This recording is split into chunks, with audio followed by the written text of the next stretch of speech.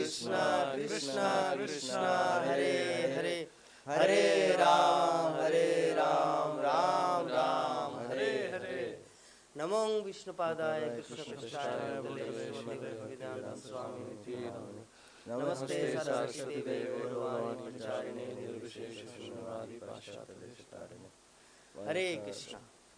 International society for Krishna consciousness, अंतर्राष्ट्रीय कृष्ण भावनाविद संघ, ISKCON श्रीधाम मायापुर द्वारा संचालित एवं मायापुर टीवी द्वारा प्रसारित हमारे आध्यात्मिक प्रश्नों का एक programme Mayapur TV Mayapur live talk show programme में आप सभी भक्तों का हार्दिक अभिनंदन और सुस्वागतम। तो विगत लगभग 2-3 महीने से हमारा ये जो प्रोग्राम बंद था किसी कारणवश, तो आज हमारे बीच में श्रीपाद बहुरूप जगन्नाथ प्रभु, श्रीपाद श्री चैतन्य प्रभु एवं श्रीपाद शशिकांत प्रभु, तीनों प्रभु जी पधारे हैं आप सबों के बीच में। किसी भी प्रकार का मन में जो जिज्ञासा है, आध्यात्मिक उत्कंठा या भक्ति करते वक्त किसी भी प्रकार का जो विपत्तियां, बाधाएं भक्ति जीवन में जो आते हैं, उससे कैसे छुटकारा पाएं और कैसे भक्ति में प्रगति करें, इस संबंध में किसी भी प्रकार का कुछ भी प्रश्न हो, हमारे जो नीचे एक नंबर दिख रहा है 6297773729, इस नंबर पे आप लोग नॉर्मल चैट या व्हाट्सएप करके प्रश्नों को पूछ सकते हैं। तब तक हम तीनों प्रभु जी का थोड़ा सा इंटरव्यू लेंगे, उसके बाद आप लोगों का जो प्रश्न है उसका उत्तर देने की कृपा करेंगे हमारे प्रभु जीगण। तो सर्वप्रथम श्रीपाद बहुरूप जगन्नाथ प्रभु से हम अनुरोध करेंगे, प्रभु जी आप थोड़ा अपने जीवन में किस प्रकार श्रील प्रभुपाद के चरणों में अपने लाइफ को डेडिकेट किए, किस प्रकार आपका इस्कॉन जीवन में पदार्पण हुआ, थोड़ा सा संक्षेप में हमारे भक्तों के सामने, हमारे दर्शकों के सामने बताने की कृपा करें। हरे कृष्ण। हरे कृष्णा। सभी श्रोताओं को धन्यवाद। और मेरा जैसे बताया है कि मेरा भक्ति जीवन में कैसे पदार्पण हुआ, तो ये मैं एक्चुअली यूपी से हूँ। और मैं जब यूपी में था तो वहाँ पर ऐसा नहीं था कि कोई इस्कॉन का कोई डिवोटी या इस्कॉन का कोई टेम्पल वहाँ था और प्रचार का जो वहाँ हो रहा था वहाँ ज्वाइन किए, ऐसा कुछ नहीं। तो बहुत पहले हम 8वीं क्लास में जब पढ़ रहे थे तो हम एक बार मायापुर आए थे हमारा मम्मी के साथ में। तो उसी समय इस्कॉन को देखा, अच्छा लगा, मन में इच्छा किया कि इसको यहाँ ज्वाइन करेंगे। लेकिन हमारा एजुकेशन पूरा नहीं हुआ था, इसलिए फिर से मैं घर पे चले गए और फिर पढ़ाई किए। फिर एजुकेशन पूरा करके उसके बाद फिर मायापुर में ज्वाइन किया। श्रील प्रभुपाद का कृपा था, श्रीमन महाप्रभु का विशेष कृपा है कि महाप्रभु कहाँ से कहाँ हमको यहाँ अपने पास बुलाए। तो मैं बहुत बहुत आभारी हूँ श्रील प्रभुपाद जैसे शुद्ध भक्त का संग प्राप्त करके, उनका सोसाइटी में आकर के मैं अपने आप को बहुत कृतज्ञ मानता हूँ, बहुत धन्य मानता हूँ कि इस सोसाइटी में फर्स्ट ज्वाइन किया और इस प्रकार सभी भक्तों वैष्णवों का कृपा से भक्ति जीवन को प्रारंभ किया। तो मैं भगवान से ही प्रार्थना करता हूँ कि हमारा भक्ति जीवन इस तरह से ही भगवान का सेवा में, गुरुदेव का सेवा में नियुक्त हो। यही आशीर्वाद कामना करता हूँ। आप लोगों से भी प्रार्थना करता हूँ, भगवान से प्रार्थना करिए कि आप लोगों की सेवा के लिए ऐसे महाप्रभु का सेवा प्रचार में नियुक्त रहूं। हरे कृष्णा। बहुत सुंदर। तो इसके बाद हमारे श्रीपाद श्री चैतन्य प्रभु 1-2 बार आए हैं इससे भी पहले, फिर भी जी प्रभु जी का थोड़ा सा परिचय प्रदान कीजिए हमारे भक्तों को। हरे कृष्णा। बहुत बहुत धन्यवाद, आपने मेरे को आमंत्रित किया इस टॉक शो में।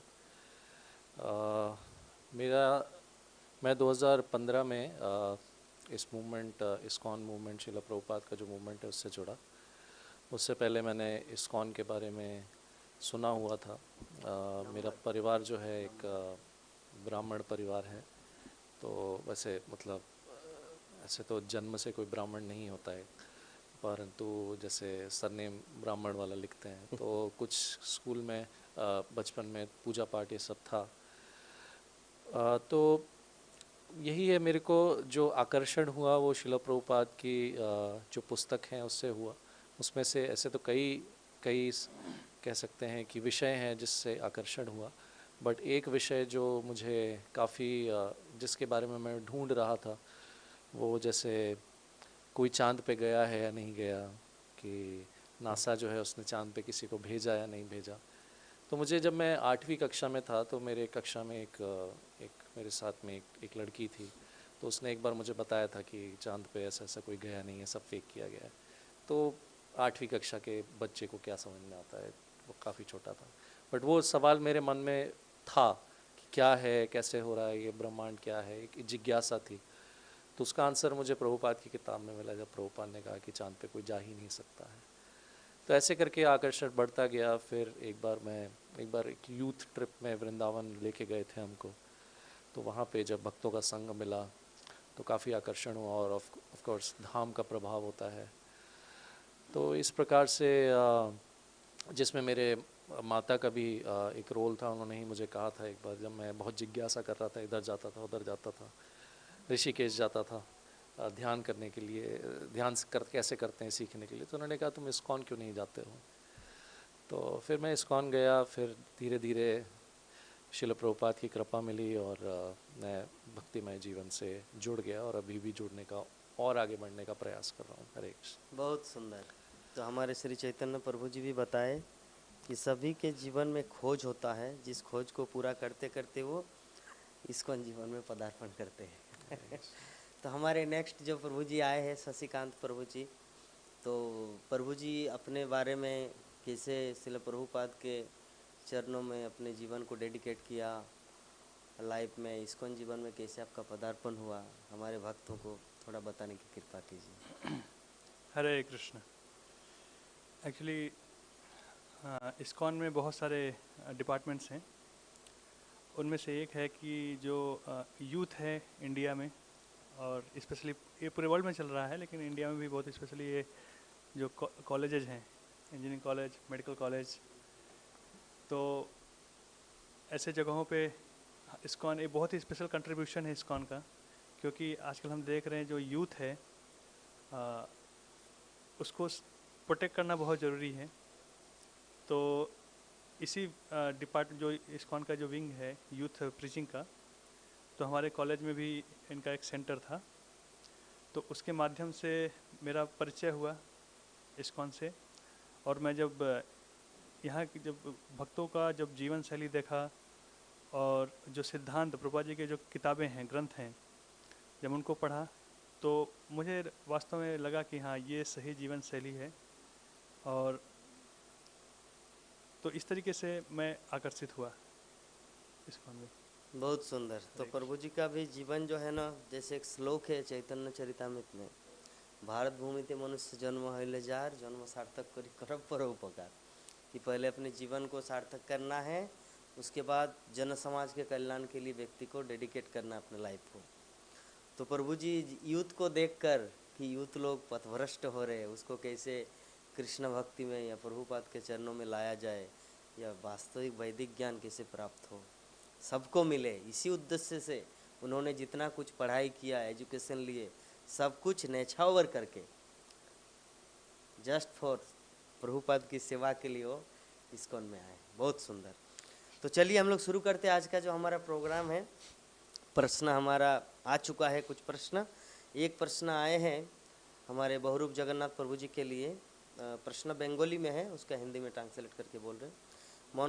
मन खूब चंचल और गोविंद सेवा नित्य पूजा करी जप करछी गीता पाठ होच्छे, तो वो मन के शांत करते पारछी ना। मेरा मन बहुत ही चंचल है, गीता पढ़ रहा हूँ, नित्य पूजा कर रहा हूँ, जप कर रहा हूँ, भागवतम का पाठ कर रहा हूँ, लेकिन फिर भी मन शांत नहीं हो पा रहे।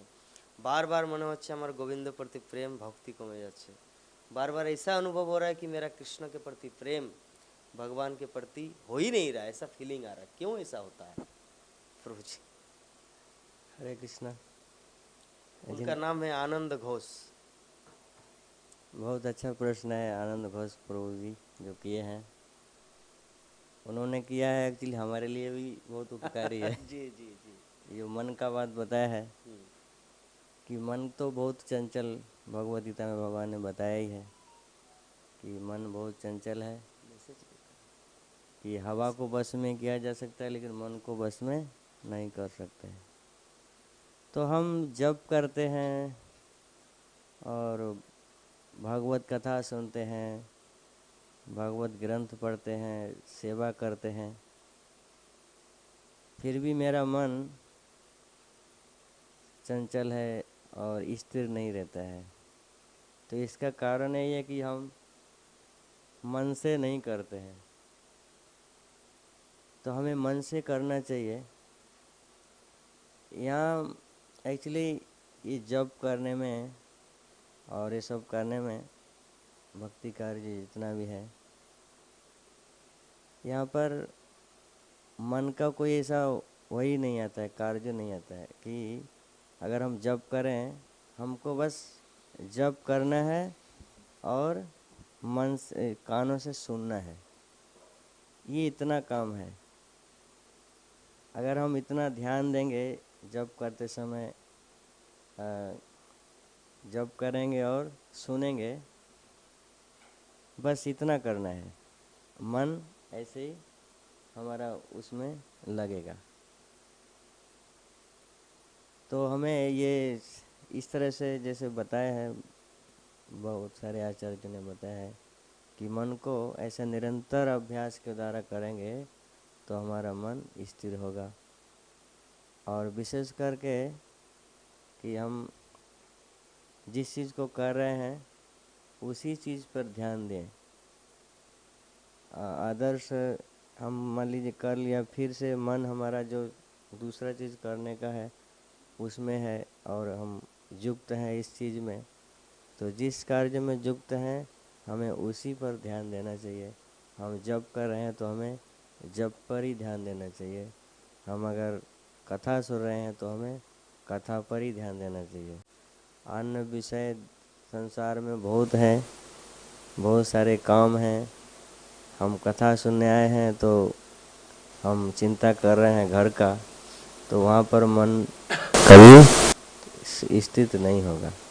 इसलिए हमें जिस चीज़ को कर रहे हैं उसी पर ध्यान देना चाहिए। बहुत सुंदर। तो अच्छा सॉल्यूशन बताए हमारे श्रीपाद बहुरूप जगन्नाथ प्रभु ने कि ये जो मन जो है ना, ये चंचल जो है, भगवत गीता में अर्जुन जैसे महात्मा, अर्जुन जैसे व्यक्तित्व भी मतलब इसके बारे में फेस किए हैं कि सच में मन इतना चंचल है, उसको कैसे काबू किया जाए। तो हम सब तो साधारण तुच्छ प्राणी है, हमारे लिए तो मन चंचल स्वाभाविक है। लेकिन प्रभु जी जैसा सॉल्यूशन बताए कि निरंतर अभ्यास के द्वारा उसको भी काबू किया जा सकता है, मतलब गति को दूसरी दिशा में अर्थात आध्यात्म में उसको मोड़ा जा सकता है। बहुत सुंदर। नेक्स्ट प्रश्न है हमारे श्रीपाद श्री चैतन्य प्रभु जी के लिए। उनका भी प्रश्न बेंगली में ही है कि नमस्कार, आमी एक कोम्पानीते चाकरी करी, सेखाने चाकरी करी, सेखाने सबाई मुस्लिम। मैं कंपनी में काम करता हूँ जहाँ पे सभी मुस्लिम हैं।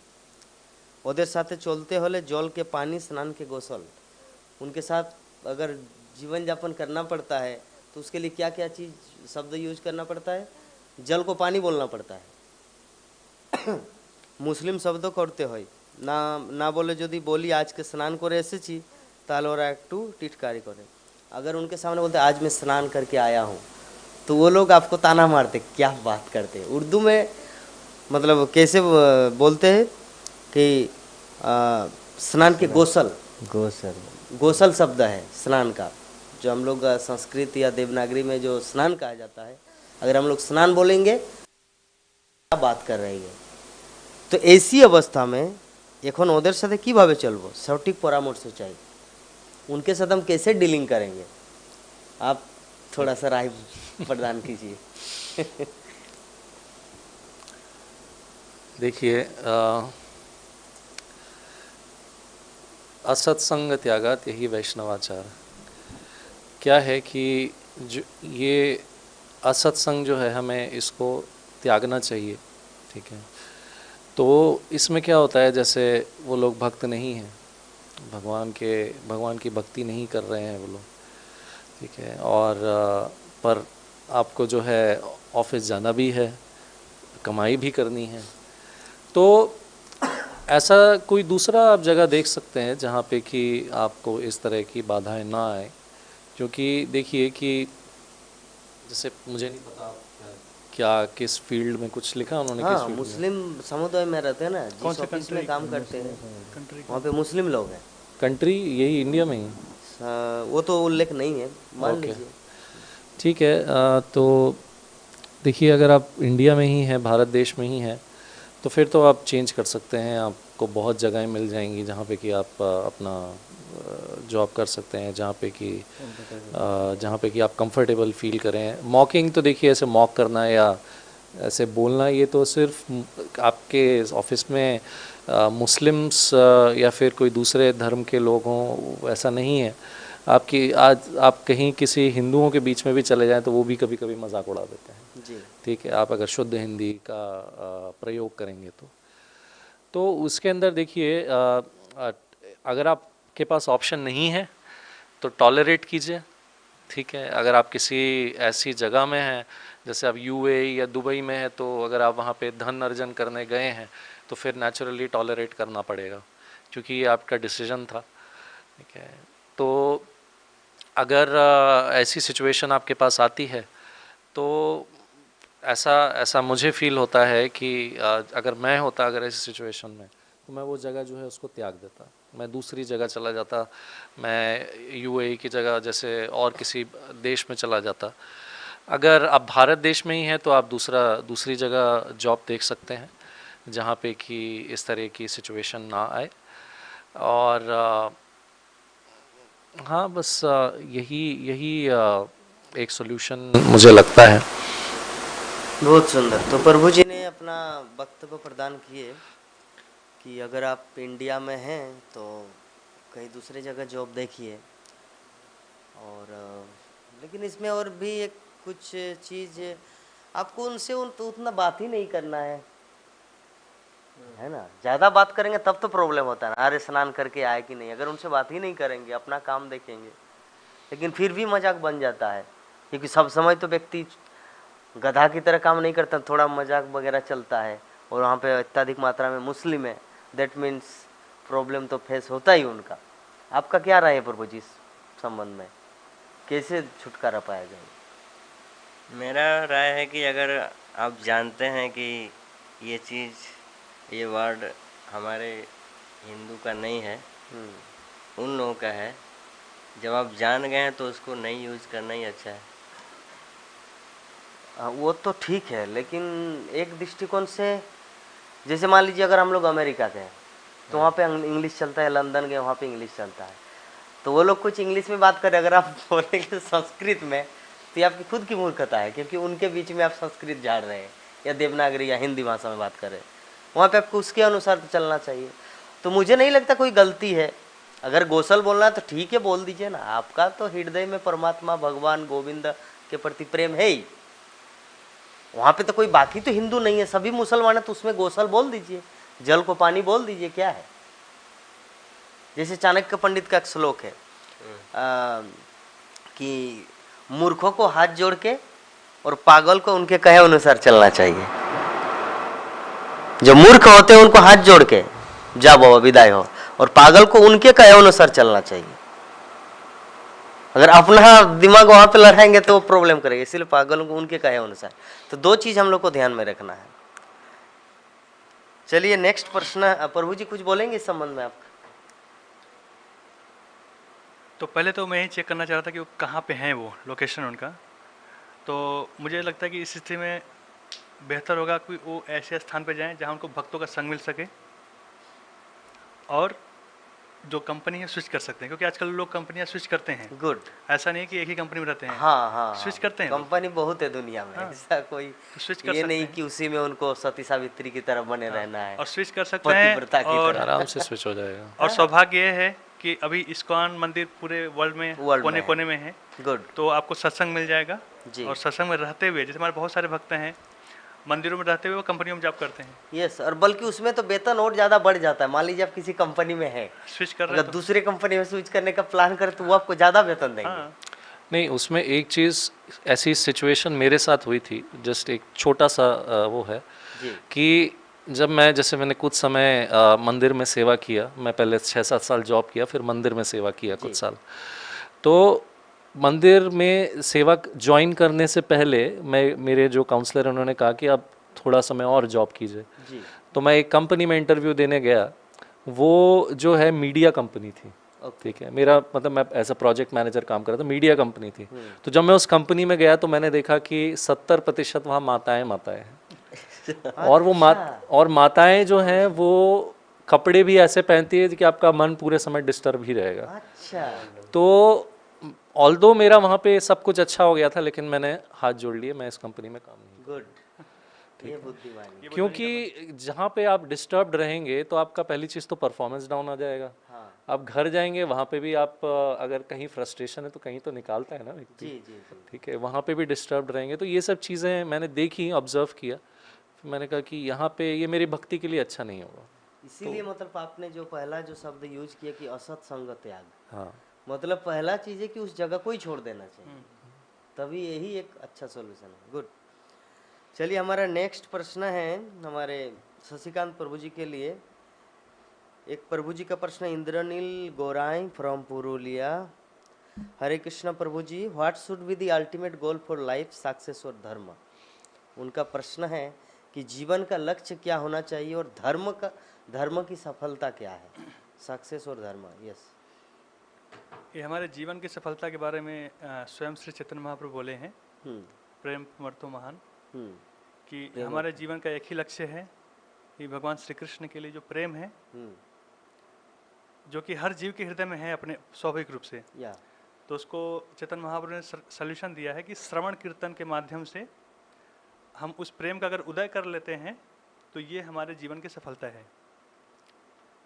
तो अब ये प्रेम का उदय जो श्रवण कीर्तन है, तो ये कैसे इफेक्टिवली कर सकते हैं इसको, तो इसके लिए साधु संग पहला स्टेप है। साधु संग, तो आप साधु संग में आके फिर वहाँ पे जो भजन क्रिया नेक्स्ट स्टेप है, तो आप साधु संग में आके कथा सुनिए, फिर वहाँ पर सेवा करिए। तो इस तरीके से धीरे धीरे क्या होगा, आप जो आत्मा साक्षात्कार का जो आपका रास्ता है वो आप इस पे प्रगति करेंगे और धीरे धीरे जो ये लक्ष्य हमने बताया शुरू में, भगवान श्री कृष्ण के लिए प्रेम, वो प्राप्त करेंगे।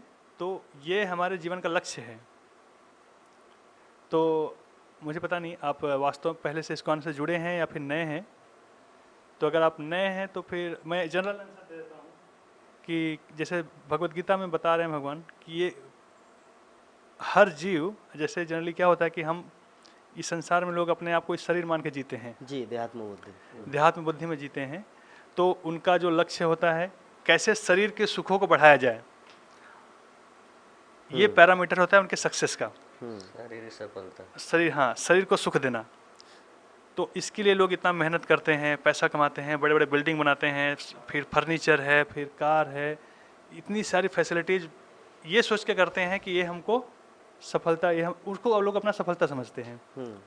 लेकिन वास्तविकता यह है कि भगवत गीता का यही पहला शिक्षा है कि कैसे हम लोग शरीर नहीं है, देहिनो अस्मिन् यथा देहे कौमारम यौवनम जरा तथा देहांतर प्राप्ति धीरस्तत्र न मुह्यति। ये दूसरे अध्याय के 13वां श्लोक है ये। तो यहाँ भगवान बताते हैं कि हम लोग ये शरीर नहीं है, आत्मा है। और फिर आत्मा क्या है, ये 15वें अध्याय के 7वें श्लोक में बताते हैं कि ममय वामसो जीवलोके जीवभूत सनातन है मनस स्थानी इंद्रियाणी प्रकृति स्थानी करसती। बोलते हैं कि ये हर एक जीव बोल रहे हैं कि इस संसार में जितने भी जीव हैं, जीवात्माएं हैं, वो सब मेरे अंश हैं।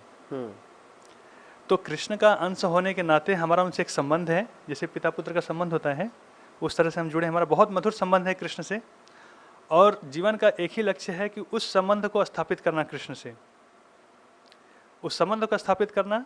और फिर उस संबंध में हमारे जो कर्तव्य हैं, क्या कर्तव्य हैं, क्योंकि संबंध है तो फिर कर्तव्य भी है, तो उस कर्तव्य को निभाना है। और उस कर्तव्य जब ये दोनों करेंगे तो हमारा ऑटोमेटिकली जो कृष्ण के लिए जो आकर्षण है, जो प्रेम है, वो अपने आप जागृत होगा। तो ये वास्तव में हमको आनंद देगा। यहाँ पे जो प्रयास किए जा रहे हैं कि शरीर को सुख दे के आनंद प्राप्त करने का जो प्रयास है, ये सिर्फ फ्रस्ट्रेशन में ही बदलेगा। लेकिन जब तक हम अपने अपने संबंध को कृष्ण से स्थापित नहीं करेंगे, उनकी सेवा में नहीं लगेंगे और उनके प्रति प्रेम उत्पन्न नहीं करेंगे हम अपने हृदय में, जो कि ऑलरेडी है, हम भूल गए हैं उसको किसी परिस्थितिवश, जब तक हम उस प्रेम को पुनः प्राप्त नहीं कर पाएंगे तब तक हम आनंद में नहीं रहेंगे। बहुत सुंदर। तो प्रभु जी अपना सलूशन बता दिए किस प्रकार हम लोग को ये करना है। अभी एक दूसरा बहुत ही इम्पोर्टेंट प्रश्न आए हैं हमारे बहुरूप जगन्नाथ प्रभु जी के लिए। क्यों यदि टाका नहीं मारा जाए, अगर कोई पैसा ले लिया, ऋण लोन, और उसका मृत्यु हो जाता है,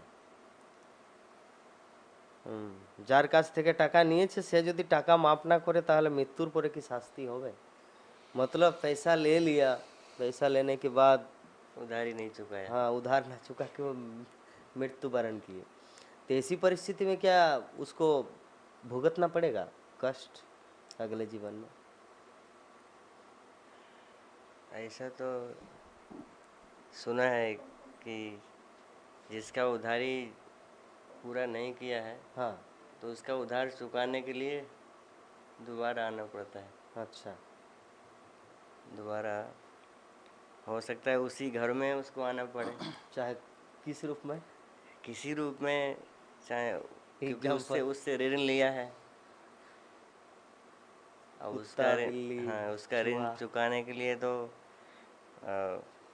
किसी भी रूप में, परिवार में या पुत्र के रूप में या फिर किसी सदस्य का रूप में उस घर में जन्म हो सकता है, इतना तो सुना है। अच्छा, हाँ, ये तो देखिए कर्म का फल है।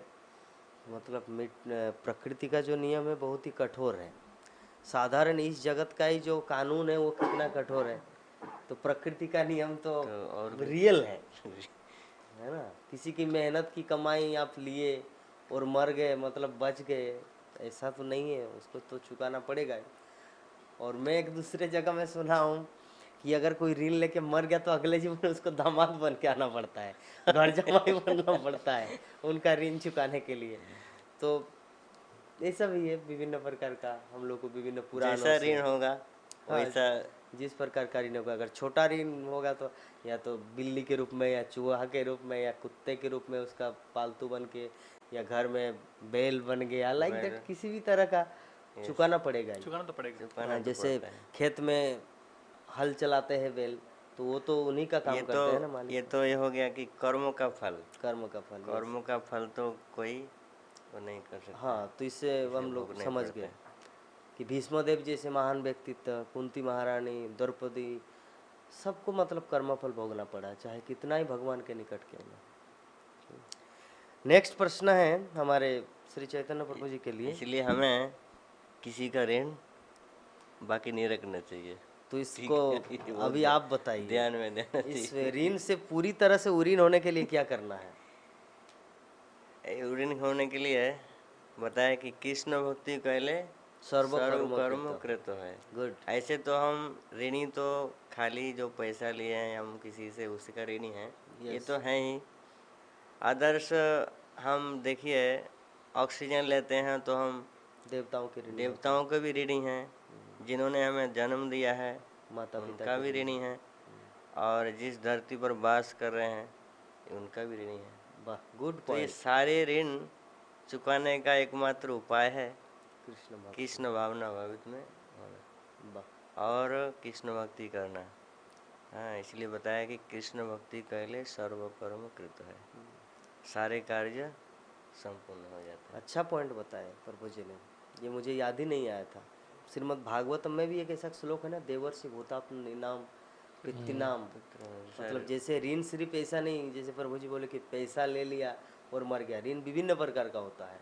हम लोग पानी पी रहे हैं, ऑक्सीजन ले रहे हैं, जिस पृथ्वी में वास करें पृथ्वी माता का ऋणी हुआ।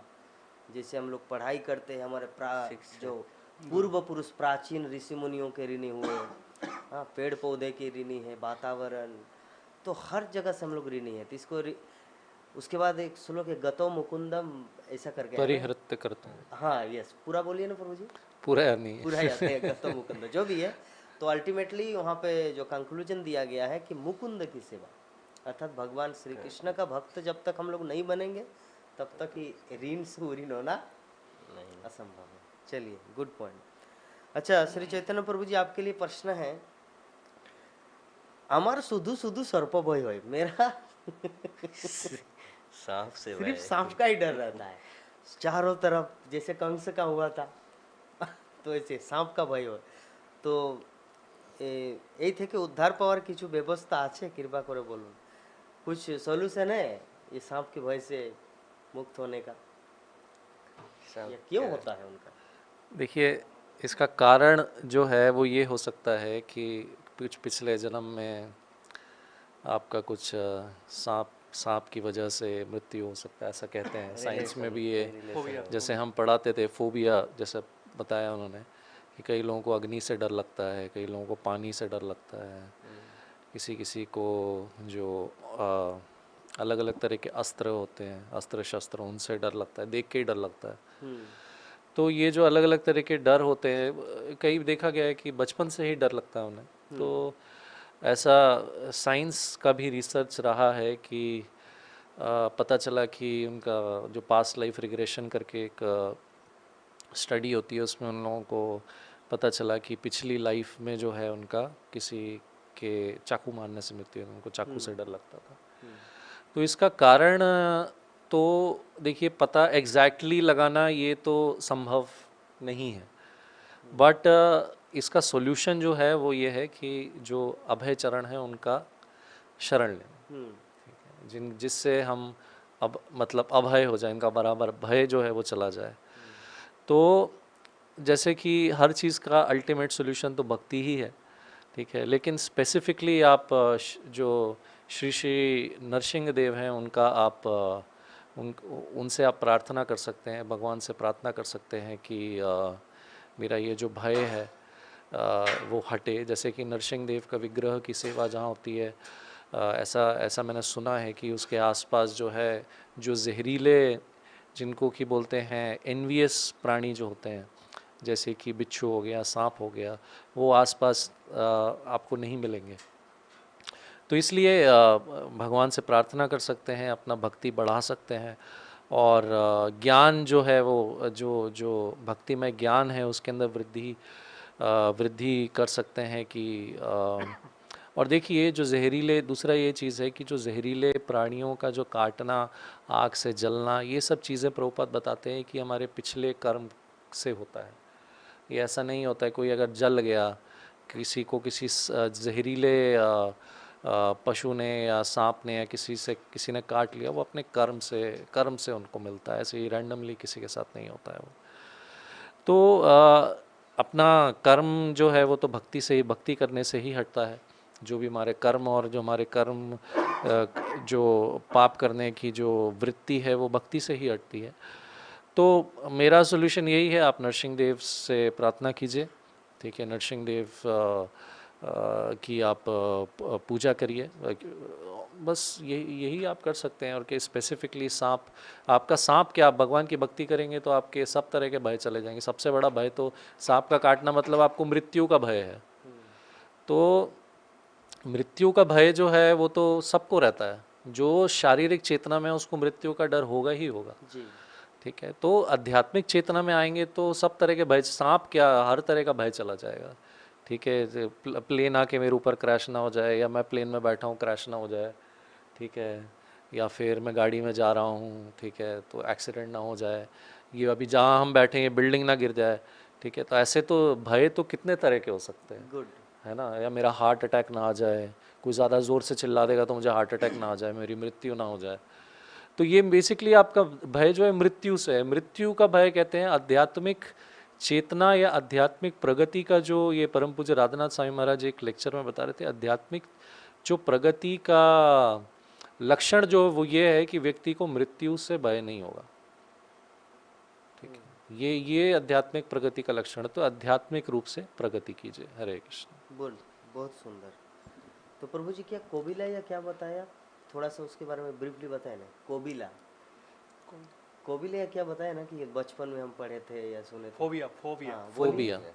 फोबिया मतलब इसके बारे में स्टडी किया गया है कि जैसे जैसे प्रभु जी ने बता दिया पहले ही कि अगर कोई पिछले जन्म में मान लीजिए पानी में डूब के मरा है, तो इस जन्म में वो पानी में जाने से डरेगा वो, ओके ये फोबिया होता है। या जैसे कोई आग में जल के मरा है तो आग देख के उसको उसके अंदर भय आएगा, तो ये इनहेरेंट होता है पास्ट लाइफ से। अच्छा, तो ये कारण होता है। हाँ, ये पास्ट लाइफ से आता है, तो ये फोबिया है, फियर है। हम्म, तो जैसा कि प्रभु ने बहुत सुंदर तरीके से बताया कि फियर जो है देहात्म बुद्धि की वजह से है, हम्म, क्योंकि न जायते मृत्य व कदाचन, जब हम जान जाएंगे कि मृत्यु हमारे लिए नहीं है, तो ये जो शरीर है ये आता जाता है गुड, है ना, तो हमारे लिए तो मृत्यु है नहीं, तो क्यों डरना फिर। नायंग तो भुट्टा। ये सब जो फोबिया है, फियर है, ये सब सिर्फ देहात्म बुद्धि की वजह से। तो सोल्यूशन यही है कि पहले आप ये जानें कि हम शरीर नहीं है, आत्मा है, और हम फिर हमारा जो उस आत्मा के रूप में जो हमारा जो आत्मा है, तो उसका क्या कर्तव्य है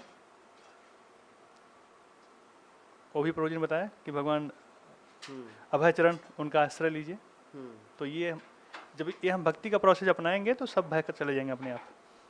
तो हमको आध्यात्मिक प्रगति करना ही यही एकमात्र सोल्यूशन है। यही एकमात्र। प्रहलाद महाराज को तो सांप के पूरे भरे हुए कमरे में छोड़ दिया गया था, कोई कुछ भी नहीं हुआ। गुड, उनको जब प्रहलाद महाराज को छोड़ा गया वहाँ पे, तो बोले ये तो मेरे चाचा जी हैं, क्योंकि सांप मतलब जब सांप देखे वो, तो उनको अनंत देव का याद आया। अनंत देव कौन है? बलराम जी के एक्सटेंशन। बलराम जी कौन है? कृष्ण के भाई हैं।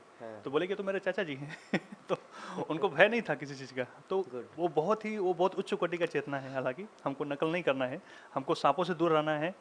सांप स्वभाव से ही उनका स्वभाव ऐसा है कि उनको देख के डर लगता है, उनका बनावट ऐसा है। और सांप ऐसे आके किसी को जबरदस्ती नहीं काटता। आपका पैर पड़ जाए, आप उससे छेड़ें तो ही काटता है, और काट भी लिया तो उसका एंटीडोट होता है, आप दवाई लेके बच सकते हैं। दवाई आ है ना, ऐसा नहीं कि मर ही जाएंगे बिल्कुल। तो लेकिन फिर भी प्रभु जी संसार में जितने सारे भय ही है ना, सांप का भय सबको होता है। सबको होता है। ये सच। उन लोगों का बनावट ऐसा है कि देख के डर लगता है। हाँ, बनावटी ऐसे है। एक्चुअली बोला जाता है कि सांप का बॉडी किसको मिलता है?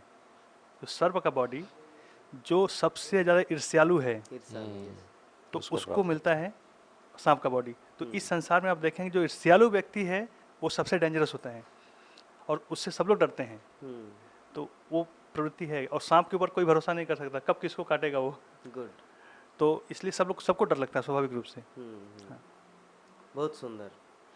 तो प्रभु जी जैसे हमारे श्री चैतन्य प्रभु जी ने जो कंक्लूजन प्रस्तुत किए कि श्रीमद राधानाथ स्वामी गुरु महाराज बताए हैं कि अगर हमारी आध्यात्मिक चेतना या आध्यात्मिक जीवन में हम लोग प्रगति करें, इसका मतलब मृत्यु से हमारा भय नहीं रहेगा।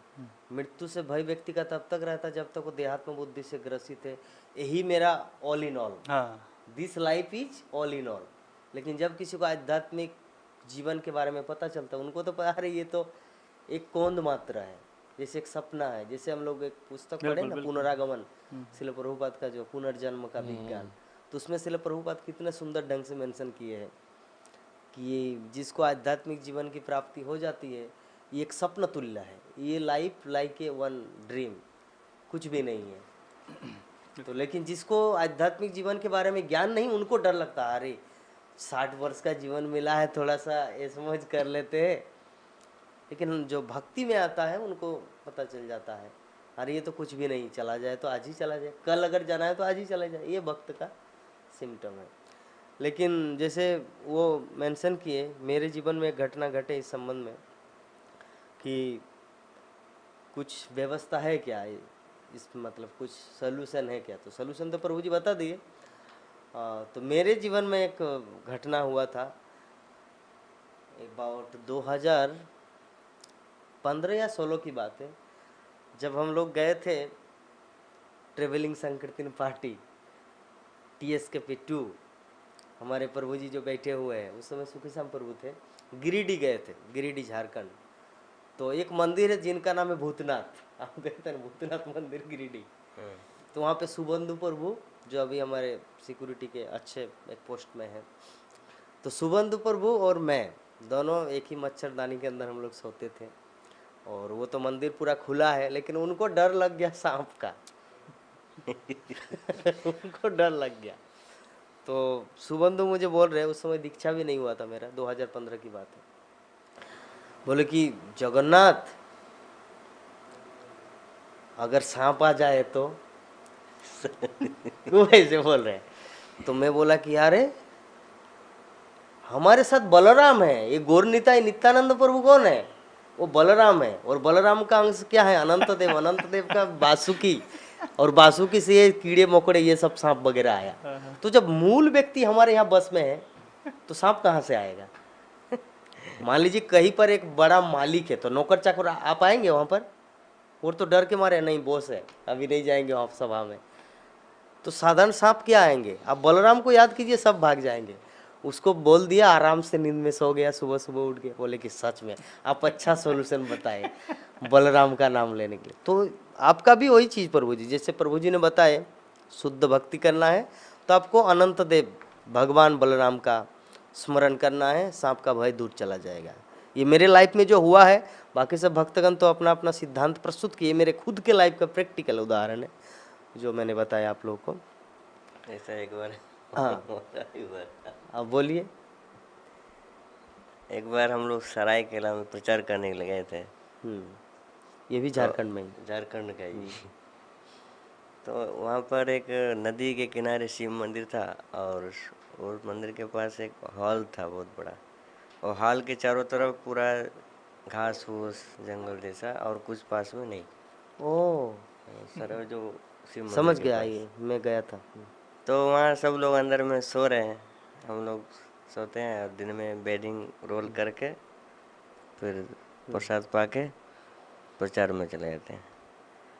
तो शाम को रिटर्न आए, प्रसाद सब पाया, फिर हम लोग सोने जा रहे हैं। तो एक बार सोने जा रहे थे, बेडिंग किया, हमारा रोलिंग का वैसा रहता है, जी जी जी। खोल दिया और बस सो जाए। उसमें पीछे सर की तरफ एक तकिया जैसा रहता है। तो मैं जब सोने जा रहा था मच्छरदानी लगा के, तो मैं जैसे ही ऐसा हाथ दिया तो देखा बहुत नरम नरम मतलब महसूस हो रहा है। तो अच्छा मुझे तो अभी डर लग रहा है, कांप रहा है शरीर। तो लेकिन वो सांप नहीं था, वो और एक चीज़ वो भी बहुत विषैला होता है, अगर काट ले तो बचता नहीं है कोई। हाँ, वो भी नरम नरम जैसे ही रहता है। वो देखा है, चौक आँखों से देखा। तो फिर बाद में फिर लाइट जलाया, फिर उसको उठाया, देखा इतना बड़ा एक एक जीव, वो भी बहुत नसी मतलब जहरीला होता है। ऐसा जीप निकाल रहा था। हाँ, तो वो निकला वो मेरे बेडिंग में से। मैं जैसे ही ऐसे हाथ किया, बहुत वो लगा, फिर बहुत उठ गया, और फिर देखा, फिर उसको घर से बाहर निकाला, और फिर बाद में पूरा बेडिंग को करके फिर सोया। बहुत सुंदर। इस संबंध में मुझे और एक अभी कुछ 5 दिन पहले का घटना है तो कि जब भगवान मैं रक्षा किए। हाँ भगवान राजस्थान गया था। तो राजस्थान में जयपुर में गोविंद देव का दर्शन हुआ, गोपीनाथ वो सब दर्शन हुआ। अभी जाना है पुष्कर में, ब्रह्मा जी का मंदिर भी दर्शन हो गया, पुष्कर झील भी दर्शन हुआ। अभी जाना है श्रीनाथ जी। तो श्रीनाथ में धर्मशाला भी बहुत है, 200-300 रुपये में मिलता है, और अच्छा अच्छा होटल भी है। तो मैं रास्ते में जाते जाते बस में एक वीडियो देख रहा था। तो वीडियो में वो यूट्यूब वीडियो में देखा, एक धर्मशाला में एक सांप निकल गया। यद्यपि श्रीनाथ जी वहाँ का धर्मशाला नहीं, जस्ट एक स्क्रॉल करते करते वीडियो आया, तो मुझे हठात एक डर आ गया। अरे मैं भी श्रीनाथ जी में वहाँ जाऊँगा, और कम दामी सोच के, अरे कम पैसा में मिल रहा है रूम, और अगर ऐसे निकल जाए तो मैंने सोचा भी नहीं भाई, मुझे होटल में ही रहना है। ठीक है, थोड़ा सा पैसा लगे तो लगे, तो भाई जो है ना तो रह जाता है। चलिए अभी आपका प्रश्न है ना, ठीक है। हरे कृष्ण प्रभु जी, प्रभु शिव की कारोर उपासना करें बा करे थाकले तार कार उपासना कर जानार जन्य। भगवान शिव जो है, इस समय तो सारा जगत उनकी पूजा करते हैं। अभी सावन का महीना पूजा करेंगे, तो शिव किसकी पूजा करते हैं? शिव का आराध्य देव कौन है? बहुत सुंदर प्रश्न। तो पहले तो मैं आपका डायरेक्ट आंसर दूंगा इस प्रश्न जी। का। जैसे भगवान विष्णु के भक्तों को वैष्णव बोलते हैं, गुड। और श्रीमद् भागवत में डायरेक्टली बोला गया है कि वैष्णवानाम यथा शंभु। यस। तो सारे वैष्णव में इस ब्रह्मांड में सर्वश्रेष्ठ हैं शिव जी। इसका मतलब भगवान शिव विष्णु के भक्त हैं। गुड। तो ये प्रश्न जो आपने अभी किया है मुझसे, किसी वही प्रश्न पार्वती माता पार्वती ने किया था शिव जी से। जी। तो पार्वती माता शिव जी से पूछती हैं कि हे शिव जी, कोई आपकी पूजा करता है, कोई मेरी पूजा करता है, कोई हमारे संतान जो गणेश और कार्तिकेय हैं जी जी। उनकी पूजा करते हैं, तो वास्तव में किसकी पूजा करनी चाहिए? गुड। वास्तव में किसकी आराधना होनी चाहिए? तो ये प्रश्न, ये पद्म पुराण में वर्णन है, आप चेक कर सकते हैं, जाकर देख सकते हैं। तो माता पार्वती पूछती हैं कि वास्तव में किसका आराधना होना चाहिए? जी। तब शिव जी डायरेक्टली बोल रहे हैं आराधना नाम सर्वेशम विष्णु आराधना परम। ये श्लोक है पद्म पुराण में। तो वहाँ शिव जी अपने मुख से बोल रहे हैं, मुख कमल से डायरेक्टली वो बोल रहे हैं कि सब प्रकार के आराधनाओं में सर्वश्रेष्ठ क्या है? विष्णु आराधना। और वो स्वयं भगवान विष्णु के भक्त हैं। जी। तो जैसे एक बार, जैसे कि शिव जी है ना, शिव जी एक्चुअली संकर्षण जो है वो संकर्षण के ऊपर ध्यान करते हैं वो। अच्छा। संकर्षण से क्या है? संकर्षण ही एक्सपेंड करते हैं अपने आप को अनंत देव में। ओके। अनंत देव, जो सर्प, भी आपने सर्प की बात हुआ अभी हमारे जी, बीच जी, जी। सर्पों का। तो एक प्रश्न उठता है कि शिव जी अपने यहाँ पे हर जगह सांप क्यों रखते हैं? इस प्रश्न का उत्तर एक जगह प्रभुपाद जी अपने तात्पर्य में देते हैं। तो इस सांप उनको संकर्षण का याद दिलाता है। अच्छा। इसलिए वो सांप रखते हैं और हमेशा समाधि में रहते हैं, ताकि ये सब सांप उनको भगवान का याद दिलाए। ओके। तो ये है रहस्य। तो एक खुद बोले अपने मुख से, पार्वती को आंसर दिए कि विष्णु आराधना परम है। जी। और भागवतम में जाएंगे आप, एक रुद्र गीत है चतुर्थ स्कंद में, यस। आप जाके पढ़ सकते हैं पूरा सेक्शन। यस। वो भगवान विष्णु के कितने महान भक्त हैं अपने आप पता चल जाएगा। गुड। वो पूरा रुद्र गीत पढ़िए, और बहुत ही सुंदर वो अपने मुख से खुद बोल रहे हैं भगवान विष्णु की भक्ति के बारे में। जी। भगवान विष्णु के वो गुण का वर्णन कर रहे हैं, रूप का वर्णन कर रहे हैं, लीला का वर्णन कर रहे हैं, और वो खुद अपने आप को एक भक्त के रूप में देख रहे हैं वहाँ पे, वो देख सकते हैं। और इसका एक सुंदर दृष्टांत, बहुत अच्छा प्रश्न किया उन्होंने। तो एक बार युधिष्ठिर महाराज ने नारद मुनि से प्रश्न किया था, युधिष्ठिर महाराज ने स्वयं कृष्ण से प्रश्न किया कि जनरली देखा जाता है कि जो शिव भक्त हैं वो बहुत ही प्रॉस्परस होते हैं, मतलब समृद्ध होते हैं, उनके पास पैसा होता है, बहुत गाड़ी होता है, बहुत अमीर होते हैं। लेकिन जो हरि भक्त होते हैं, कृष्ण भक्त होते हैं, बहुत गरीब होते हैं, है ना? तो ऐसा क्यों होता है? तब भगवान बोले कि एक्चुअली मैं हम तो वहाँ बताते हैं कि ये स्वभाव है, जो मेरे भक्त होते हैं मैं उनको जनरली ऐसे रखता हूँ, बहुत गरीब होते हैं, ऐसा सिद्धांत वहाँ बताया गया है कि शिव भक्त अमीर होते हैं और जो भगवान कृष्ण के भक्त होते हैं थोड़ा वो गरीब होते हैं, निष्किंचन बोलते हैं ना, निष्किंचन। जैसे कि कभी कभी बोलेंगे नहीं, कभी हमारे भक्त कृष्ण भक्त भी बहुत पैसे वाले होते हैं, तो उनके पास पैसा होता है लेकिन वो ये नहीं सोचते कि मेरा है, वो ये सोचते हैं कि कृष्ण का है। गुड। तो उनके पास पैसा होते हुए भी उनके पास नहीं है, क्योंकि वो सोचते हैं मेरा नहीं है, वो जानते हो मेरा नहीं है।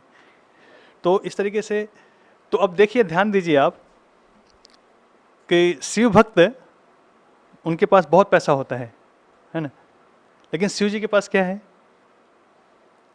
शमशान घाट। शमशान, वो कहाँ रहते हैं? उनके पास घर है, वो एक पेड़ के नीचे रहते हैं। कपड़ा क्या पहनते हैं? प्रैक्टिकली कुछ नहीं। तो देखिए इससे क्या पता चलता है, देखिए वैराग्य। हाँ, वैराग्य। तो मतलब उनके पास कुछ नहीं है, तो इस तरीके से ये लक्षण है कि वो कृष्ण भक्त ही है। गुड। ये लक्षण बता रहा है। तो इसको कई तरीके से ये शास्त्रों में इसलिए हमको अध्ययन करना पड़ेगा शास्त्रों का। तो कभी कभी ये देखा जाता है कि शिव भक्त और जो कृष्ण भक्त है या विष्णु भक्त हैं, ये बोलते, तो शिव भक्त बोलेंगे नहीं नहीं शिव जी सबसे महान है। तो ये कभी कभी देखा जाता है कि उलझन होता है, लोग समझ नहीं पाते हैं चीज़ों को, तत्वों को सही तरीके से, और इस तरीके से झगड़ा करते हैं। तो इसमें झगड़ने की बात नहीं है। आप डायरेक्टली, जैसा कि मैंने कोट किया पद्म पुराण से, जहाँ माता पार्वती ये प्रश्न कर रही हैं कि किसका आराधना सबसे महत्वपूर्ण है, सबसे महान है, सर्वश्रेष्ठ है? तो शिव जी स्वयं बोलते हैं।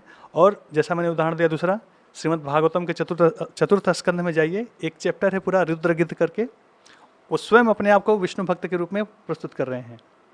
वो खुद वो भगवान की भक्ति की महिमा का वर्णन कर रहे हैं। तो ये सब प्रमाण है। तो वास्तव में शिव जी का जो स्वरूप है वो भगवान विष्णु के परम भक्त हैं। और अगर हम उनको प्रसन्न करना चाहते हैं, जितने भी शिव जी के फॉलोअर हैं, अभी आज सावन का महीना चल रहा है, लोग कांवड़ियाँ सब लेकर निकलते हैं, तो जितने भी शिव भक्त हैं, हमारा उनसे निवेदन है कि अगर आप शिव जी को प्रसन्न करना चाहते हैं तो आप कृष्ण भक्त बनिए, वो बहुत खुश होंगे। इसका एक सिंपल स्टोरी सुनाऊं, अगर जगन्नाथ को अगर परमिशन दे तो? तो ये मैं स्टोरी जो सुनाने जा रहा हूँ, ये रियल स्टोरी है। ये आज से 500 साल पुरानी स्टोरी है। ये ज़्यादा समय की पुराना स्टोरी नहीं है, ये सच्ची कहानी है। तो इस स्टोरी के माध्यम से आप शिव जी का वास्तविक हृदय क्या है आप समझेंगे। तो ये ये यूपी में ही कोई चौबे थे, उनका पूरा नाम याद नहीं आ रहा है, वो शिव भक्त थे। चौबे, हाँ, कोई चौबे थे, मिस्टर चौबे। तो उन्होंने एक बार शिव जी की आराधना की, तपस्या की बहुत। तो तपस्या करने के बाद शिव जी प्रकट हुए उनके सामने। तो शिव जी पूछे कि क्या चाहिए आपको? तो जनरली देखा जाता है कि जो शिव भक्त होते हैं वो यही, वो जो भौतिक समृद्धि है, पैसा है, धन दौलत, ये ना, इस सब में बहुत, इसमें ज़्यादा इच्छुक रहते हैं, तो इसके लिए इच्छा करते हैं। तो उसी तरह से इनका भी इच्छा वही था। तो उन्होंने शिव जी के सामने अपना इच्छा प्रकट किया कि मुझे पारस पत्थर चाहिए। पारस पत्थर का स्वभाव क्या होता है कि अगर पारस पत्थर से किसी लोहे को टच करेंगे तो लोहा सोने में बदल जाएगा। तो उन्होंने ये इच्छा प्रकट किया शिव जी के सामने। तो शिव जी को देखिए क्या होता है, तो अभी हम जो आगे सुनने वाले हैं इससे पता चलेगा कि शिव जी का भाव वास्तव में क्या है, वो क्या चाहते हैं अपने भक्तों से, क्या अपने फॉलोअर से।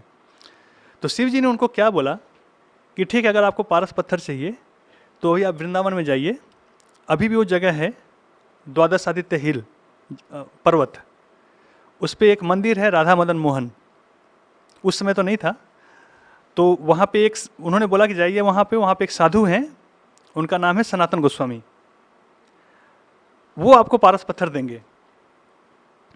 तो वो व्यक्ति जो मिस्टर चौबे थे बहुत खुश हो गए कि अरे अब मुझे पारस पत्थर मिल गया, अब तो मैं लेके सीधे लोहे को सोना बना के बिल्कुल रातों रात अमीर बन जाऊंगा, है ना। तो इस विचार से वो गए वृंदावन और उस द्वादश आदित्य पर्वत पे गए। तो वहाँ पे उनका मुलाकात हुआ सनातन गोस्वामी से। तो सनातन गोस्वामी से पूछे वो, बोले कि एक्चुअली मुझे शिव जी ने भेजा आपके पास। तो बोले कि क्या चाहिए आपको? सनातन गोस्वामी उनसे पूछे आपको क्या चाहिए? तो उन्होंने बताया कि शिव जी मुझे बोले हैं कि आपके पास पारस पत्थर है और वही मुझे चाहिए आपसे। तो सनातन गोस्वामी बोले हाँ मेरे पास है। तो वो मिस्टर चौबे बोले ठीक है, तो कहाँ है, दीजिए मुझे। तो बोले देखिए सामने वो कचड़ा देख रहे हैं ना, उस कचड़े में है, आप उस कचड़े को हटाइए, अंदर मिल जाएगा पारस पत्थर। तो वो मिस्टर चौबे जाते हैं, कचड़े को हटाते हैं और बिल्कुल देखते हैं वहाँ पे पारस पत्थर है। वो तो देख के बहुत खुश हो जाते हैं और सनातन गोस्वामी को बोलते हैं ठीक है यही है, ले लीजिए। और वो लेके खुशी खुशी घर जाते हैं। घर जाने के बाद वो इस पारस पत्थर को जैसा वो चाहते थे यूज कर रहे थे, वो लोहे को टच करके सोना बदल रहे थे। तो एक दिन, अब देखिए यहाँ पे अभी जो उनको बुद्धि मिला है, साधारणतः लोगों को बुद्धि नहीं मिलता है ना। जब कोई किसी को इस तरह का समृद्धशाली बन जाता है तो वो उसमें बिल्कुल खो जाता है। तो लेकिन यहाँ पे इनके साथ कुछ स्पेशल हुआ।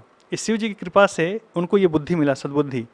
जब वो उस पारस पत्थर को यूज करके लोहे को सोना में बदल रहे थे तो एकाएक एक दिन उनके मन में ये विचार आया कि अगर सनातन गोस्वामी ने ये जो पारस पत्थर मुझे दिया इतना वैल्यूएबल है, इतना महत्वपूर्ण है, तो उन्होंने इसको इस कचरे के ढेर में क्यों फेंका था? तो इसका मतलब क्या कि उनके पास इससे भी ज़्यादा मूल्यवान चीज़ है ना, तभी तो वो फेंके थे ना कचड़े में, नहीं तो क्यों फेंकेंगे। तो ये विचार लेके वो फिर से वृंदावन गए, ये पूछने के लिए कि आपके पास इससे भी ज़्यादा महत्वपूर्ण चीज़ है क्या, क्योंकि आप इसको कचड़े में फेंके हैं, इसका मतलब कि कुछ है। तो जाते हैं तो सनातन गोस्वामी से मिलते हैं, उनसे पूछते हैं कि आपने इसको कचड़े में फेंका था इस पारस पत्थर को, तो क्या आपके पास इससे भी ज़्यादा महत्वपूर्ण चीज़ है क्या? तो सनातन गोस्वामी बोलते हैं यहाँ है। तो बोले कि तो फिर मुझे वो दीजिए। तो बोले कि मैं दूंगा आपको, लेकिन आपको पहले इस पारस पत्थर को जो सामने यमुना है उसमें फेंकना पड़ेगा। तो बोले कि ठीक है। तो खुशी खुशी गए यमुना जी किनारे और उसको यमुना जी में फेंक दिए पारस पत्थर को। जब वापस आए तो फिर सनातन गोस्वामी ने उनको क्या दिया? उनको हरे कृष्ण महामंत्र, हरे कृष्ण कृष्ण कृष्ण हरे हरे, हरे राम राम राम हरे हरे। दूसरे शब्दों में एक कलयुग में हम जैसा कि जानते हैं ये भक्ति जो धर्म को पालन करने का सर्वश्रेष्ठ तरीका है ये हरिनाम संकीर्तन। तो ये सनातन गोस्वामी ने उनको दिया हरे कृष्ण महामंत्र। दूसरे शब्दों में उन्होंने उनको कृष्ण भक्ति दी। तो शिव जी ने जो डायरेक्ट किया था उनको कि आप जाइए सनातन गोस्वामी के पास, तो क्यों किया था? ताकि उनको कृष्ण भक्ति मिल सके, जो कि सर्वश्रेष्ठ संपत्ति है। तो इससे भी पता चलता है कि शिव जी की यही इच्छा है कि उनके जो फॉलोअर हैं, उनके जो भक्त हैं, कृष्ण भक्त बने, वो उनको सबसे ज़्यादा संतुष्ट करेगा। वाह। तो हमारा यही निवेदन है कि जितने भी कांवड़िया जो सावन का महीना है, जितने भी शिव जी के भक्त हैं, सबसे यही निवेदन है कि आप लोग शास्त्रों के अनुसार शास्त्रों को पढ़िए, समझिए, उसमें शिव जी का मूड दिया हुआ है। आप कृष्ण भक्त बनेंगे, शिव जी बहुत खुश होंगे। बहुत हरे कृष्ण। जितने भी एक्चुअली इसे बताया भी है कि भक्तों का सेवा करने से भगवान खुश होते हैं। हाँ। कोई अगर माता पिता का बच्चा है, कोई अगर बच्चा को अगर ज़्यादा प्रेम करे तो माता पिता बहुत खुश होंगे। अगर बच्चे का प्रशंसा करेंगे तो माता पिता खुश होते हैं। तो हमारा परम पिता कौन है? कृष्ण। कृष्ण है। तो उनके भक्त का हम करेंगे तो भगवान खुश होंगे। बहुत अच्छा आंसर दिया प्रभु जी। बहुत सुंदर, इतना सुंदर एक कहानी सुनाए कि शिव जी भी चाहते कि जगत के लोग कृष्ण भक्त बने, है ना? उनकी और भी यही एक इच्छा चीज़ और बताना चाहेंगे कि हाँ, जैसे चार परंपरा है, तो चार परंपरा में से एक परंपरा है रुद्र संप्रदाय। शिव जी से ही आया वो भी कृष्ण भक्ति सिखा रहे हैं वहाँ पे।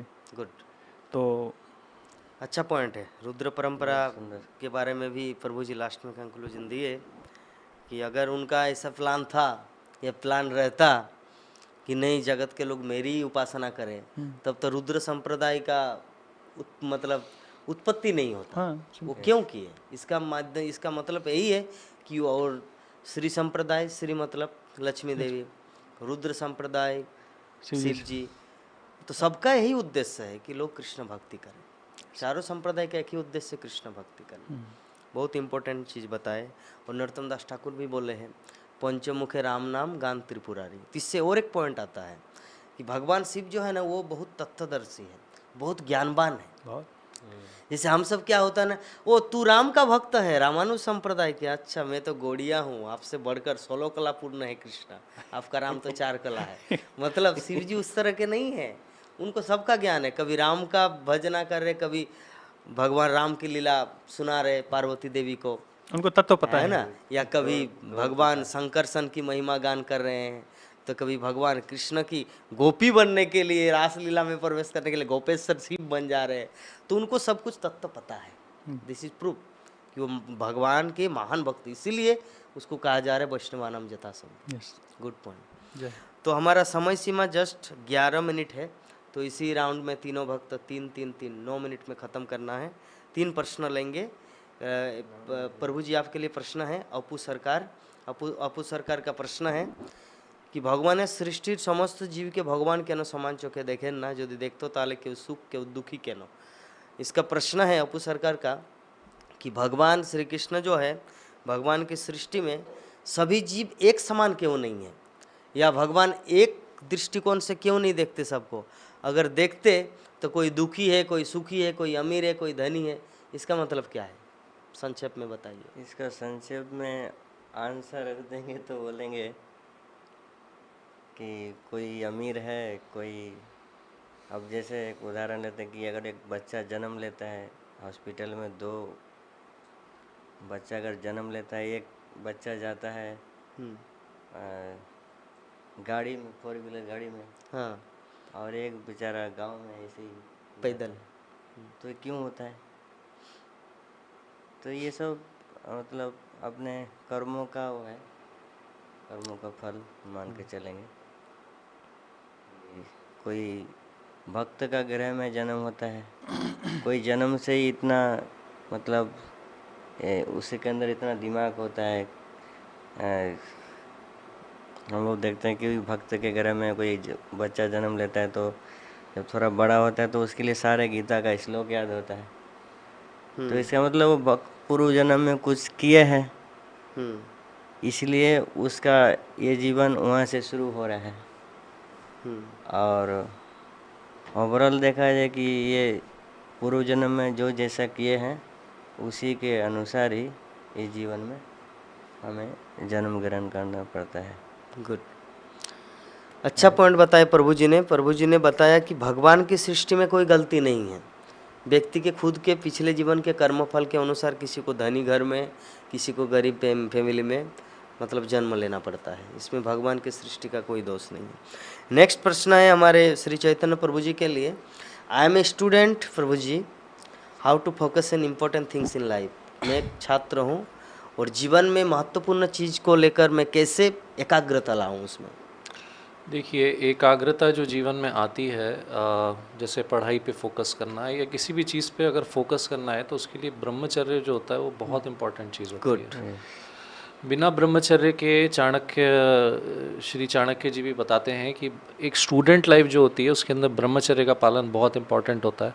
और इसका कई अलग अलग शास्त्र में, कल ही मैं हमारे यहाँ जो चैट जीपीटी है, आप सुना होगा या पता नहीं, चैट जीपीटी जो एआई है, मैं उससे पूछ रहा था कि मेरे को ब्रह्मचर्य कहाँ शास्त्र में किस किस जगह पे दिया गया है। तो उसने मेरे को सर्च करके, मैंने उसको बताया था कि 10 मेरे को वर्ष चाहिए, तो उसने मेरे को ढूंढ के पूरे 10 के 10 दिए। उसमें कई जो अथर्ववेद और जगह जगह बताया गया है। उसके अंदर ये बताया गया है कि ब्रह्मचर्य के पालन के बिना कोई अपने मन में एकाग्रता नहीं ला सकता, उसका मन हमेशा डिस्टर्ब रहेगा। और इसी कारण से आज कलयुग में ज़्यादातर लोग डिस्टर्ब रहते हैं क्योंकि वो ब्रह्मचर्य का पालन नहीं करते हैं। आप उसके अंदर देखिए कि हमारे जो एक सिंपल एग्जाम्पल है, मैं किसी डिवोटीज का एग्जाम्पल नहीं दे रहा हूँ, बट मैं हमारे देश के प्रधानमंत्री देखिए, ठीक है, हमारे देश के प्रधानमंत्री का विवाह नहीं है, उनकी कोई पत्नी तो है, ऐसा हमने सुना है, बट वो एक ब्रह्मचर्य का पालन करते हैं, ठीक है, और दिन में 4 घंटा सोते हैं और पूरे देश की सेवा में लगे हुए हैं, ठीक है। तो ये कैसे कर सकता है कोई, ठीक है, वो ब्रह्मचर्य की शक्ति है। और जो ब्रह्मचर्य जो पालन करता है उसके पास ऐसी दिव्य शक्ति आ जाती है कि उसको कोई नीचे पटक नहीं सकता, ठीक है। सो ये तो भौतिक चीज़ है, ठीक है, ये तो भौतिक चीज़ मैं आपको बता रहा हूँ। तो एकाग्रता अगर आपको लानी है तो ब्रह्मचर्य का पालन कीजिए, साथ ही साथ जो मन की शुद्धि के लिए, ठीक है, जो है ये हरे कृष्ण महामंत्र का जप कीजिए, ठीक है। अगर आप 16 माला नहीं करते हैं तो आप धीरे से 4 माला, ठीक है, ऐसे 8 माला धीरे धीरे करके बढ़ा सकते हैं। हम भी स्टूडेंट्स को यही कहते थे। तो ये ब्रह्मचर्य तो एक चीज़ है। उसके अलावा आप 4 नियम का पालन कर सकते हैं। जो जैसे अगर आप स्टूडेंट हैं तो कॉलेज में मैं संक्षेप में कहूँगा, अलग अलग प्रकार का जो खाना जो होता है उसको प्रसाद लेने का प्रयास करिए, ठीक है। शास्त्र में जो दी हुई चीज़ें हैं या जो वैष्णव कहते हैं उनका वो उसी का पालन कीजिए। मेंटल स्पेकुलेशन मत कीजिए, ठीक है। और no meat eating, no gambling, no intoxication, ठीक है। चौथा क्या? नशा, जुआ। हाँ, नशा, ठीक है। तो चाय कॉफ़ी जो आप पी रहे हैं, जैसे कई लोग सुबह चाय कॉफ़ी पीते हैं तो उनको एकदम ऐसा वो लगता है कि अब मैं फ़ोकस कर सकता हूँ। एक्चुअली वो फोकस नहीं है, ठीक है। फोकस के लिए ब्रह्मचर्य, और ब्रह्मचर्य ऐसे ही नहीं, ब्रह्मचर्य इन कृष्णा कॉन्शियसनेस, ठीक है। कृष्ण भावनामृत होके ब्रह्मचर्य का पालन कीजिए। देखिए आप कितना ज़्यादा आप अपने मन को फोकस कर पाएंगे। जितना अभी पढ़ रहे हैं उससे आप 10 गुना ज़्यादा पढ़ पाएंगे, और पढ़ ही नहीं पाएंगे, वो याद भी रहेगा। क्योंकि जो स्मृति आती है वो परमात्मा हृदय में जो बैठे हैं उससे आती है। भगवान याद दिलाते हैं कि अच्छा ये है, ये है, ये है, ऐसा ऐसा।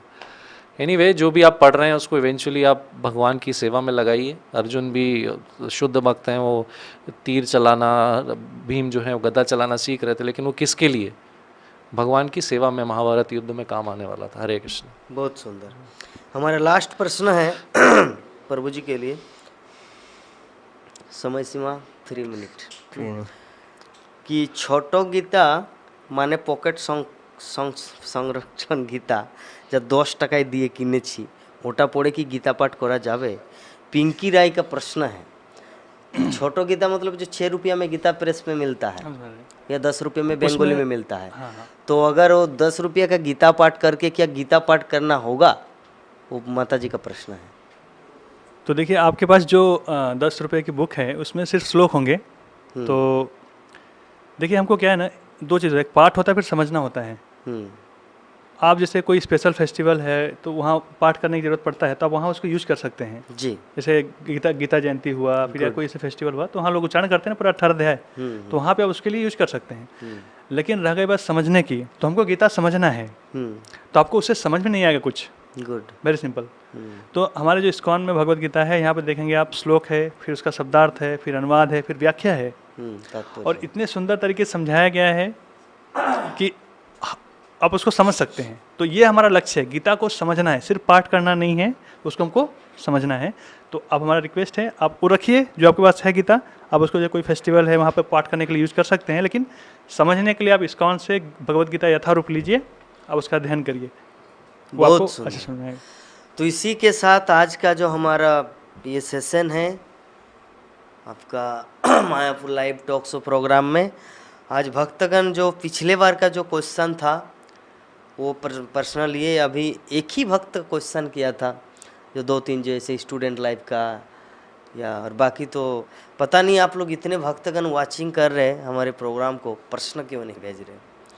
अगर आप लोग का असुविधा हो रहा है कि प्रश्न भेजने में, प्रभु जी यूट्यूब में देख रहे हैं वहाँ पे नंबर कैसे टाइप करूँ, पहले नाम को सेव करना होगा, अगर प्रॉब्लम हो रहा तो अभी आप नाम को सेव करके रखिए, और जो भी मन में प्रश्न आता दूसरे दिन भी भेज के रखिए, ताकि अगले सेशन में लिया जा सके। दिस इज गुड मन। तो चलिए आज की कथा को हम लोग यहीं पर विराम देते हैं। हरे कृष्णा कृष्णा कृष्णा हरे हरे, हरे राम राम राम हरे हरे। जय जगत गुरु शिल प्रभुपाद की जय। ग्रंथराज श्रीमद् भागवत महापुराण की जय। श्री श्री मायापुर नवद्वीप धाम की जय। अनंत कोटि वैष्णव भक्तविंद की जय।